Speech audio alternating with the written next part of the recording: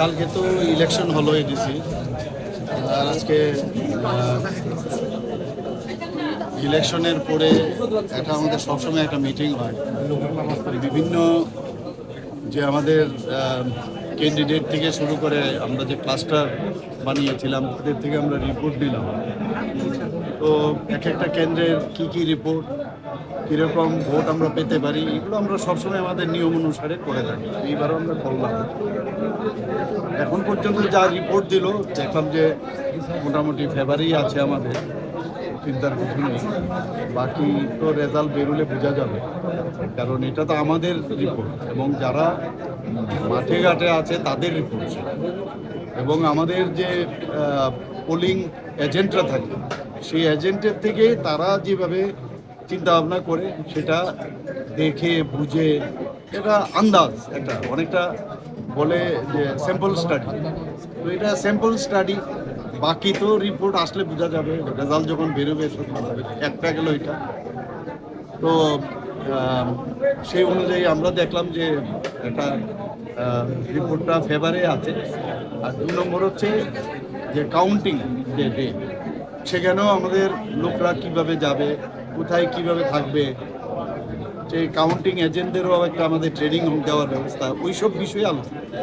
Sir দেখা গেছে বেশ কয়েকটি বুথে মানে অপ্রত্যাশিত ঘটনা ঘটেছে, সেদিক থেকে কি রিপোর্ট চাওয়ার সম্ভাবনা রয়েছে? রিপোর্ট তো সমস্ত ক্যান্ডিডেটরা বিভিন্ন জায়গায় চেয়েছে, তো এই বিষয়গুলো তো আমাদের কাছে না, আমরা তো বলতে পারবো না। এখন রিপোর্ট করতে গেলে স্টেট ইলেকশন কমিশন যদি মনে করে রিপোর্ট করবে, তাদের আমাদের ক্যান্ডিডেটরা কিন্তু অনেক জায়গায় বলেছে রিপোর্ট করার, it is up to the election commission, state election. Sir দেখা গেছে যদি রিপোল করে তাহলে ভালো, আমরা রিপোলের জন্য তৈরি থাকবো। স্যার আপনি বারবার শান্তির বার্তা দিলেন, ধৈর্য ধরার বার্তা দিলেন এবং সহনশীলের বার্তা দিয়েছেন। তারপরও কোনো একটি রাজনৈতিক দলের প্রত্যক্ষ ক্ষমতাতে কিছু অনাকাঙ্ক্ষিত ঘটনা ঘটেছে, রাজ্যের স্বরাষ্ট্রমন্ত্রী এবং মুখ্যমন্ত্রী হিসেবে আপনার কি বক্তব্য থাকে? দেখুন, এখন সমস্যাটা কি হচ্ছে, এটা তো এখন সরাসরি পুলিশের হাতে নেই। যখনই কোনো ইলেকশন হয় তখন সেটা সাধারণত এটা ইমপ্লাইড আর কি, বিষয়টা দেখে তখন ইলেকশন কমিশন, স্টেট ইলেকশন। যদিও আমাদের মানে পুলিশ আমাদের স্বরাষ্ট্র দপ্তরে, কিন্তু এখানে মানে ইলেকশন যিনি পরিচালনা করেন ওনার মানে উত্তরটা উনি দিতে পারবেন।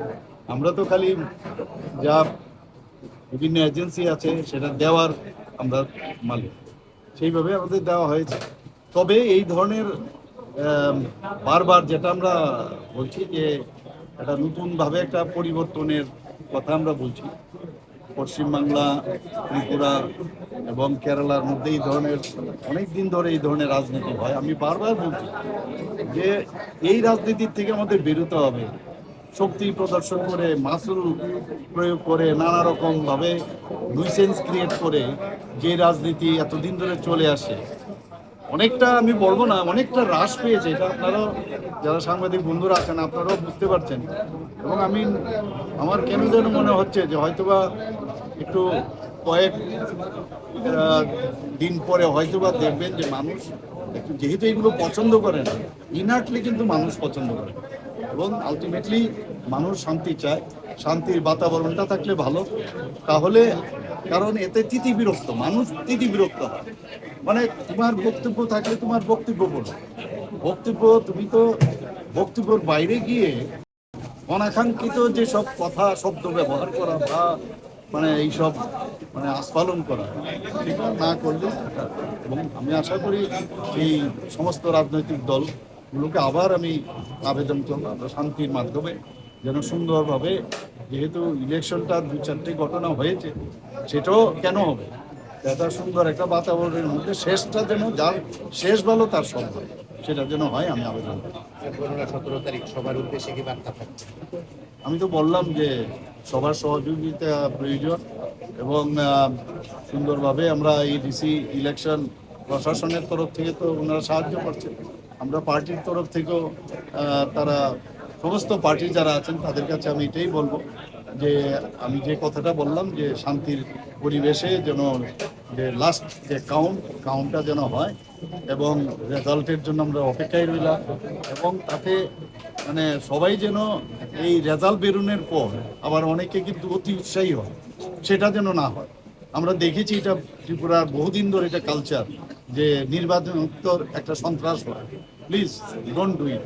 আমি আমাদের পার্টির আজকে এখানে আমি এই কথাটা কিন্তু বলেছি যে যাই হোক, ভালো হতে পারে, খারাপ হতে পারে, কিন্তু আমাদের তরফ থেকে কোনো অবস্থায় কোনো এই ধরনের প্ররোচনামূলক ফাঁদেও আমরা পাড়া দেব না, এবং অন্যদেরকেও আমরা আক্রমণ বা আমরা কোনো আমাদের তরফ থেকে কোনো আক্রমণাত্মক কোনো কথা বলবো না বা কাজ করবো না।